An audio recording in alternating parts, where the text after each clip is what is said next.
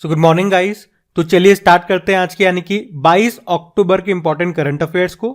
तो इस प्रश्न में आपसे क्या पूछ रहे हैं कि किस राज्य में 5वें खेलो इंडिया यूथ गेम्स 2022 का आयोजन किया जाएगा? तो आंसर होगा मध्य प्रदेश में। तो 5वें खेलो इंडिया यूथ गेम्स 2022 ये मध्य प्रदेश में होंगे। मध्य प्रदेश में ये 8 स्थानों पे होंगे, जैसे कि भोपाल में, इंदौर में, ग्वालियर, उज्जैन वगैरह में होंगे। कब से कब तक होंगे? तो 31 जनवरी 2023 को ये शुरू होंगे और 11 फरवरी 2023 तक चलेंगे। आपको पता है कोरोना के कारण एक साल सब में डिले हो गया था, जैसे कि 2021 वाले जो चौथे यूथ गेम्स थे वो अभी 2022 में हुए, और ये 2022 में जो 5वें होने थे ये 2023 में होंगे। अच्छा, आप पूछोगे कि पहला खेलो इंडिया यूथ गेम्स ये कहाँ पे हुआ था? ये 2018 में हुआ था नई दिल्ली में, जिसको हरियाणा ने जीता था। फिर 2019 वाला दूसरा खेलो इंडिया यूथ गेम्स ये पुणे में हुआ था, जिसको महाराष्ट्र ने जीता था। फिर तीसरा खेलो इंडिया यूथ गेम्स ये गुवाहाटी में हुआ, जिसको महाराष्ट्र ने जीता। और अभी चौथा खेलो इंडिया यूथ गेम्स हुआ था हरियाणा में, उसको हरियाणा ने जीता था। और अब ये 5वां वाला होगा मध्य प्रदेश में। अच्छा, अगर आपसे पूछे कि अभी ये जो चौथा खेलो इंडिया यूथ गेम्स हुआ था हरियाणा में, उसका शुभंकर मैस्कॉट क्या था? तो आंसर होगा धाकड़। ये तो बात हो गई यूथ गेम्स की। एक और शुरू हुए थे खेलो इंडिया यूनिवर्सिटी गेम्स। अभी इस साल इसका दूसरा संस्करण हुआ था बंगलुरु में, जिसमें विजेता रहा था जैन यूनिवर्सिटी, ये बंगलुरु की ही है। और इस गेम्स का इस बार शुभंकर यानी कि मैस्कॉट क्या था? वीरा। और अगर पूछे आपसे कि पहली खेलो इंडिया फेंसिंग वुमेन्स लीग ये कहाँ पे शुरू हुई, तो आंसर होगा नई दिल्ली के ताल कटोरा स्टेडियम में। अच्छा, इसी तरह आपको याद होगा अभी नेशनल गेम्स हुए थे राष्ट्रीय खेल 36 नंबर के 36वें राष्ट्रीय खेल हुए थे गुजरात में, जिसका शुभंकर क्या था? सवज, मतलब होता है शावक। इसमें पहले स्थान पे सर्विसेज था, दूसरे पे महाराष्ट्र था और तीसरे पे हरियाणा था। दो नाम और याद रखना, एक तो हर्षिका रामचंद्र का सर्वश्रेष्ठ महिला एथलीट बेस्ट फीमेल एथलीट रही है, और बेस्ट मेल एथलीट कौन रहे? साजन प्रकाश। और अगले साल जो 37 नंबर के नेशनल गेम्स होंगे वो कहाँ पे होंगे? गोवा में होंगे, ये भी याद रखना। अच्छा, इस साल आपके कॉमनवेल्थ गेम्स हुए थे, जो कि इसका 22वां संस्करण था। कहाँ पे हुए थे? बर्मिंघम यूके में। और उसका शुभंकर मैस्कॉट क्या था? Peri the bull. उसके उद्घाटन समारोह में ध्वजवाहक कौन रहे थे हमारे? पीवी सिंधु, जो कि शटलर है, और भारतीय हॉकी टीम के जो कप्तान है मनप्रीत सिंह वो। बाकी देखो, बात यहाँ पे मध्य प्रदेश की है, तो ये रहा मैप में एमपी। देखो, कैपिटल इसकी भोपाल है। आप जानते हो भारत का पहला ई वेस्ट क्लिनिक ये बना है भोपाल में। और भोपाल का जो हबीबगंज रेलवे स्टेशन है उसका नाम बदल के रानी कमलापति रेलवे स्टेशन कर दिया गया। मुख्यमंत्री कौन है? शिवराज सिंह चौहान है, और गवर्नर है मंगूभाई छगनभाई पटेल। अच्छा, अगर आपसे पूछा जाए ना कि अभी मेडिकल की पढ़ाई हिंदी में शुरू करने वाला भारत का पैसा बना, तो आंसर होगा मध्य प्रदेश। अभी मध्य प्रदेश का इंदौर सबसे स्वच्छ शहर रहा है 6वीं बार। इंदौर के पाताल पानी रेलवे स्टेशन का नाम ट्राइबल आइकॉन तात्या भील के नाम पर रखा गया। और इंदौर ने 2022 में सर्वश्रेष्ठ भारत में पर्यटन स्थल का नागरिक प्रबंधन पुरस्कार भी जीता था। और आप जानते हो इंदौर में ही लता मंगेशकर जी के नाम पे संगीत अकादमी और संग्रहालय भी बनेगा। मध्य प्रदेश ने अभी लाडली लक्ष्मी योजना 2.0 को भी शुरू किया था। और देश में पहला चाइल्ड बजट पेश करने वाला पहला राज्य भी है मध्य प्रदेश। और पूछे कि एशिया का सबसे बड़ा बायो सीएनजी प्लांट कहाँ पे बन रहा है? इंदौर में बन रहा है। और भारत का पहला बायोमास आधारित हाइड्रोजन प्लांट ये बन रहा है मध्य प्रदेश के खंडवा जिले में। और भारत का पहला जियोलॉजिकल पार्क कहाँ पे बनेगा? मध्य प्रदेश के जबलपुर में लम्हेटा गांव में। और आप जानते ही हो देश का पहला ड्रोन स्कूल ये कहाँ पे खोला गया? मध्य प्रदेश के ग्वालियर में। ग्वालियर में तानसेन महोत्सव भी मनाया जाता है। तो ये सारे important points related to Madhya Pradesh आप याद रखना। हम बढ़ते आगे।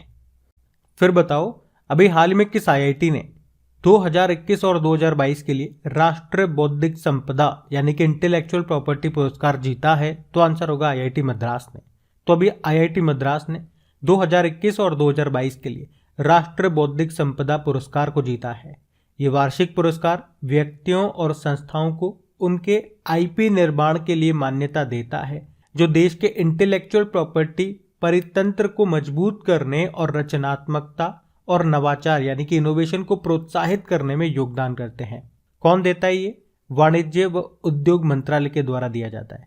अच्छा, आईआईटी मद्रास से याद होगा, आईआईटी मद्रास ने एक रोबोट बनाया था होमोसेप नाम से, जो क्या करता है? सेप्टिक टैंक को साफ कर सकता है।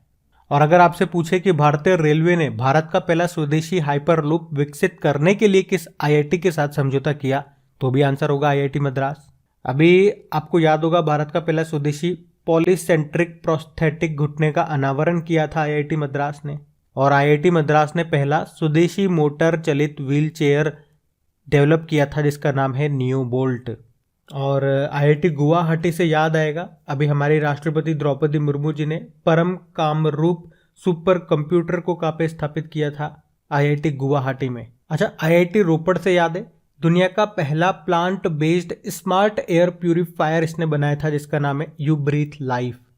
और आईआईटी दिल्ली की बात करें तो दुनिया का सबसे छोटा वियरेबल एयर प्यूरिफायर इसने लॉन्च किया था जिसका नाम था नासो 95। अच्छा, अगर आपसे पूछे कि भारत के बाहर पहला आईआईटी कहाँ पे बनेगा, तो आंसर होगा यूनाइटेड अरब अमीरात में।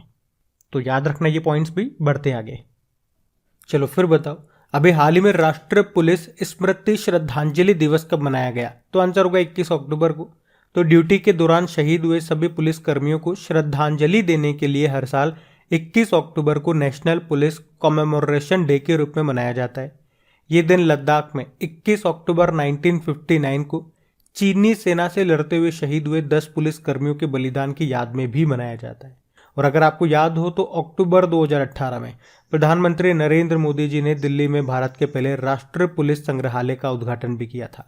अच्छा, एक और डे मैं आपको बता दूं कि 20 अक्टूबर को राष्ट्रीय एकता दिवस के रूप में भी मनाते हैं। इस दिन को लोग 1960 टू 1962 में हुए चाइना और भारत के बीच युद्ध के इतिहास के रूप में मनाते हैं। इसमें वैसे भारत को हार का सामना करना पड़ा था क्योंकि भारत युद्ध के लिए तैयार भी नहीं था, अभी कुछ समय पहले ही तो वो आज़ाद हुआ था। तो आप देखोगे इस तरह से 20 अक्टूबर को 3 डे हमने मनाए, एक तो world osteoporosis day, world statistic day और ये राष्ट्रीय एकता दिवस। चलो अक्टूबर के सारे इंपॉर्टेंट डेज को एक बार हम रिवाइज कर लेते हैं, अगर आपको याद है तो साथ साथ बोलते हुए चलना। 1 अक्टूबर को आपने 3 डे मनाए थे, अंतर्राष्ट्रीय वृद्धजन दिवस यानी कि international day of older person, world vegetarian day विश्व शाकाहारी दिवस और इंटरनेशनल कॉफी डे और राष्ट्रीय पेंशन प्रणाली दिवस। 2 अक्टूबर को विश्व कृषि पशु दिवस और स्वच्छ भारत दिवस। 3 अक्टूबर को विश्व पर्यावास दिवस यानी कि वर्ल्ड हैबिटेट डे। 4 अक्टूबर को वर्ल्ड एनिमल डे। 5 अक्टूबर को वर्ल्ड टीचर डे और याद रखना 5 अक्टूबर को पहली बार हमने नेशनल डॉल्फिन डे मनाया। 7 अक्टूबर को वर्ल्ड कॉटन डे भी होता है और विश्व मुस्कान दिवस भी हमने मनाया इस बार, जो कि अक्टूबर के पहले सैटरडे को होता है। 8 अक्टूबर को इंडियन एयरफोर्स डे। 9 अक्टूबर को विश्व डाक दिवस। 10 अक्टूबर को विश्व मानसिक स्वास्थ्य दिवस यानी कि वर्ल्ड मेंटल हेल्थ डे। 11 अक्टूबर को अंतर्राष्ट्रीय बालिका दिवस। 12 अक्टूबर को विश्व गठिया दिवस यानी कि आर्थराइटिस डे और इस बार 12 अक्टूबर को हमने पहली बार विश्व स्लॉथ बियर दिवस मनाया। 13 अक्टूबर को अंतर्राष्ट्रीय आपदा न्यूनीकरण दिवस मनाया यानी कि international day for disaster risk. 14 अक्टूबर को और इस बार 13 अक्टूबर को हमने दृष्टि दिवस भी मनाया, वर्ल्ड साइट डे, जो कि अक्टूबर के दूसरे गुरुवार को होता है। 14 अक्टूबर को अंतर्राष्ट्रीय ई कचरा दिवस मनाया। 16 अक्टूबर को वर्ल्ड फूड डे होता है और 17 अक्टूबर को अंतर्राष्ट्रीय गरीबी उन्मूलन दिवस के रूप में मनाया, international day for the eradication of poverty. तो ये कुछ इंपॉर्टेंट डेज हैं, इनको आप ध्यान रखना। बढ़ते आगे। चलिए फिर बताइए, हाल ही में किसे इसरो के आदित्य L1 मिशन का प्रधान वैज्ञानिक बनाया है, तो आंसर होगा शंकर सुब्रमण्यम को। आप जानते हो इसरो का जो सूर्य का अध्ययन करने के लिए जो मिशन है वो है आदित्य L1 मिशन। तो अभी इसरो ने शंकर सुब्रमण्यम को इस मिशन का प्रधान वैज्ञानिक बनाया है, ये नाम आपको याद रखना है। अच्छा, इसी तरह अगर आपसे पूछा जाए कि नासा ने सूर्य का अध्ययन करने के लिए कौन सा मिशन लॉन्च किया था, पार्कर मिशन। और हमने पढ़ा भी था, आपको याद होगा कि इतिहास में पहली बार सूर्य के ऊपरी वायुमंडल में प्रवेश किया था नासा के पार्कर सोलर प्रोब ने, जिसका उद्देश्य था सूर्य के करीब जाकर उसके रहस्यों को उजागर करना। अच्छा, अगर मैं आपसे पूछूं भारत के चंद्र मिशन के बारे में, जो चंद्रयान 1 था वो हमने लॉन्च किया था 2008 में, किसके थ्रू, PSLV C11 के द्वारा। और दूसरा यानी कि चंद्रयान 2 हमने लॉन्च किया था 2019 में GSLV मार्क 3 के द्वारा। इसमें एक लैंडर और एक रोवर भी था। तो जो लैंडर है उसका नाम तो विक्रम था, जो चंद्रमा पे उतरने से पहले क्रैश हो गया था, याद होगा। और जो रोवर था उसका नाम प्रज्ञान था। और अभी कुछ दिन पहले ही हम लोगों ने पढ़ा था कि चंद्रयान 2 के स्पेक्ट्रोमीटर ने पहली बार चंद्रमा पर प्रचुर मात्रा में सोडियम की मैपिंग की थी। अभी डीआरडीओ के नए अध्यक्ष कौन बने थे? Doctor Sameer V Kamat. हमारे 16वें नंबर के अटॉर्नी जनरल बने आर वेंकटरमणि। और इसरो के नए अध्यक्ष का नाम है एस सोमनाथ। बात इसरो की है तो उसको और भी जान लो। इसरो का मतलब होता है इंडियन स्पेस रिसर्च ऑर्गेनाइजेशन। स्थापना होती है 1969 में। इसके चेयरमैन कौन है? हमने कहा अभी एस सोमनाथ है। और इसका मोटो क्या होता है? Space technology is in service of human kind.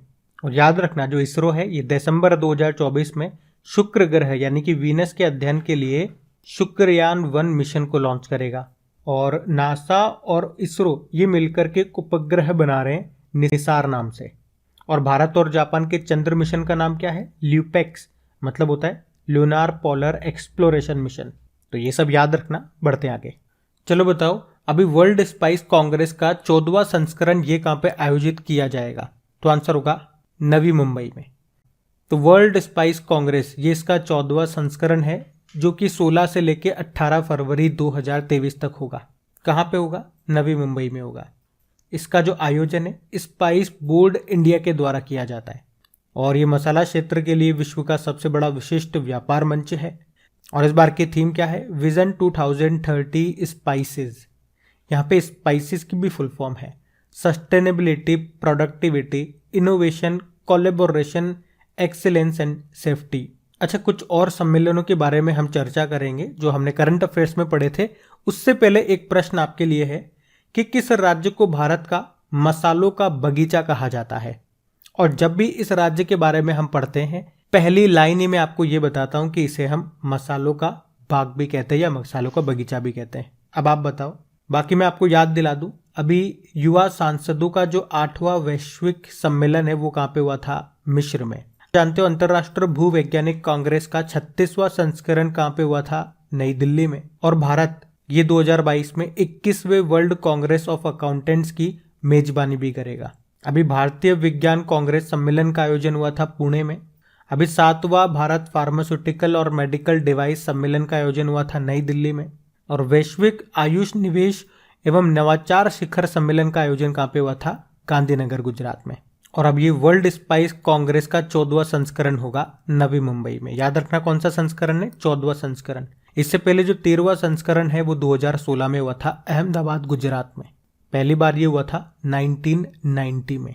अब एक प्रश्न मैंने आपसे पूछा था कि किस राज्य को भारत का मसालों का बगीचा कहते हैं, तो याद रखना केरल को कहते हैं। बढ़ते आगे। फिर बताइए, अभी हाल ही में गिनीज वर्ल्ड रिकॉर्ड्स ने सप्ताह का सबसे बुरा दिन किसे घोषित किया? तो आंसर होगा सोमवार को। तो अभी गिनीज वर्ल्ड रिकॉर्ड ने आधिकारिक तौर पर सोमवार को सबसे खराब दिन घोषित किया है। अब आप लोग सोच रहे होंगे कि सोमवार ही क्यों? सोमवार ने इनका क्या बिगाड़ा है? तो इनका कहना है कि सोमवार शनिवार और रविवार के बाद आता है, मतलब 2 दिन की छुट्टियों के बाद आता है।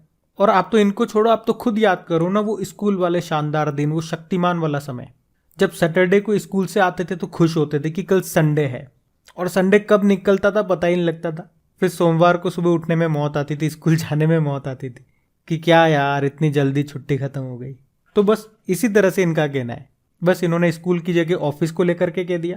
साथ में इन्होंने ये भी कहा कि बहुत कम लोगों की छुट्टी सोमवार को होती है। और यही कारण बताया कि इन्होंने सप्ताह का सबसे बुरा दिन घोषित किया है सोमवार को। अच्छा, वर्ल्ड रिकॉर्ड्स की बात चल रही है तो एक प्रश्न आपसे पूछता हूँ कि बताओ अभी कौन वो भारतीय हैं जिन्हें अंक ज्योतिष यानी कि न्यूमेरोलॉजी में पहला गिनीज वर्ल्ड रिकॉर्ड मिला था? अभी 2022 की ही बात है ये। तो आंसर होगा जेसी चौधरी। अभी आपको याद होगा national highways authority of India ने भी 105 घंटे में नेशनल हाईवे 53 पर सिंगल लेन में 75 किलोमीटर कंक्रीट की सड़क बना करके वर्ल्ड रिकॉर्ड बनाया था। उससे पहले बॉर्डर रोड ऑर्गेनाइजेशन ने दुनिया की सबसे ऊंची सड़क बना करके वर्ल्ड रिकॉर्ड बनाया था। कहां पे? लद्दाख में उम्बलिंग ला दर्रे पे। तो ये सब याद रखना। बढ़ते आगे। चलो फिर बताओ, अभी डिफेंस एक्सपो 2022 में प्रधानमंत्री जी ने किस स्वदेशी ट्रेनर विमान का अनावरण किया? तो आंसर होगा HTT-40। आपको पता है डिफेंस एक्सपो 2022 इसका आयोजन कहां पे किया गया? गांधीनगर, गुजरात में। कौन सा संस्करण है? 12वां संस्करण है। और इस बार की थीम जरूर याद रखना, पाथ टू प्राइड। तो यहाँ पे प्रधानमंत्री जी ने स्वदेशी ट्रेनर विमान जिसका नाम है HTT-40 का अनावरण किया। HTT मतलब होता है हिंदुस्तान टर्बो ट्रेनर। इसे किसने बनाया और डिजाइन किया? तो हिंदुस्तान एरोनॉटिकल लिमिटेड ने। इसे उड़ान परीक्षण के लिए इस्तेमाल किया जाएगा। और इस बार के डिफेंस एक्सपो की खास बात क्या है कि ये देश का पहला डिफेंस एक्सपो है जिसमें केवल भारतीय कंपनियां ही भाग ले रही है। केवल मेड इन इंडिया रक्षा उपकरण ही आपको यहाँ पे मिलेंगे इस बार, इसलिए इस बार का इंपॉर्टेंट है। इसलिए थीम मैंने आपको बोला याद रखना। वैसे हिंदुस्तान एरोनॉटिकल लिमिटेड की बात करें, स्थापना होती है 1940 में। हेडक्वार्टर मिलेगा आपको बंगलुरु में और इसके सीएमडी कौन है? आर माधवन है। तो ये याद रखना। बढ़ते आगे। फिर बताइए, अभी हाल ही में किसने बीमा सुगम ऑनलाइन प्लेटफॉर्म शुरू करने की घोषणा की है? तो आंसर होगा इरडाई ने। इरडाई मतलब insurance regulatory and development authority of India.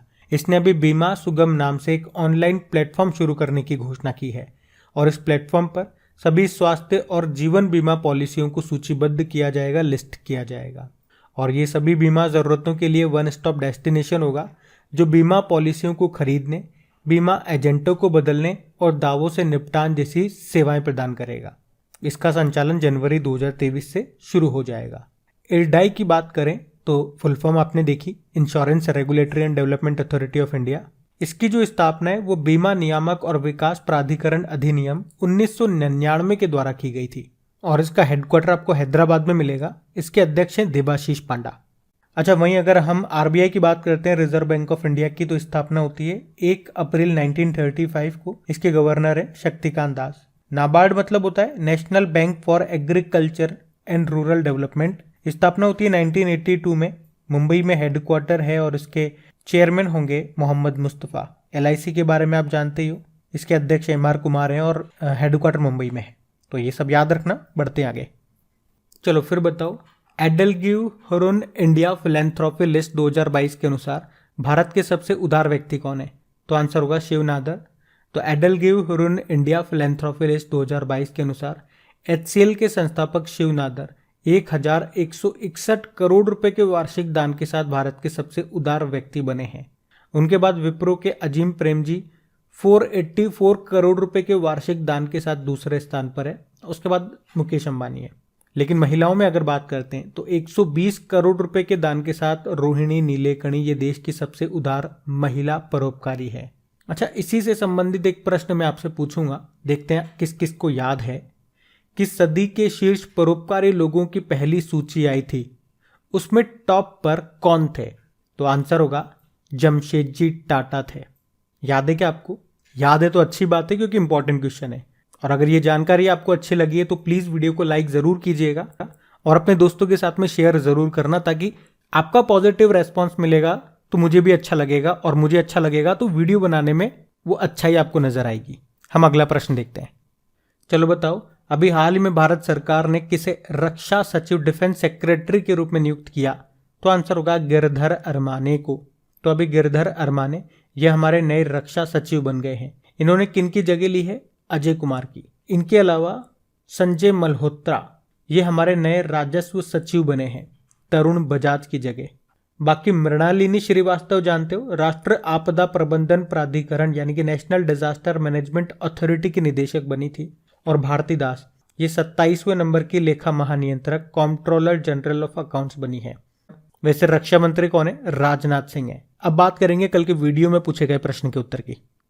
तो कल के वीडियो में क्या पूछा था कि 27वें लेखा महानियंत्रक किसे नियुक्त किया गया? तो आंसर होगा भारती दास को। आप सभी ने प्रश्न का बिल्कुल सही उत्तर दिया है। और एक बार फिर से याद दिला दूं, अगर सेशन अच्छा लगे और अभी तक आपने वीडियो को लाइक नहीं किया तो पहले वीडियो को लाइक जरूर कीजिए। और जो भी आपका स्टडी ग्रुप हो गया तो प्लीज वहां पे एक बार वीडियो के लिंक को शेयर जरूर कर देना। इन सभी का क्विज बना करके अपलोड कर दिया गया आपकी क्रैक एग्जाम एप्लीकेशन पे, ताकि वीडियो देखने के बाद अच्छे से इनकी प्रैक्टिस आप कर सको।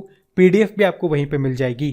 और आपको पता है नए नए टॉपिक्स पे आपकी क्विज तैयार हो रही है, तो वहां जाकर के अच्छे से प्रैक्टिस करो, अच्छे से तैयारी करो, ताकि आपके एग्जाम में कहीं भी आपको कोई दिक्कत ना आए। अब ये रहा आज का आपका होमवर्क प्रश्न।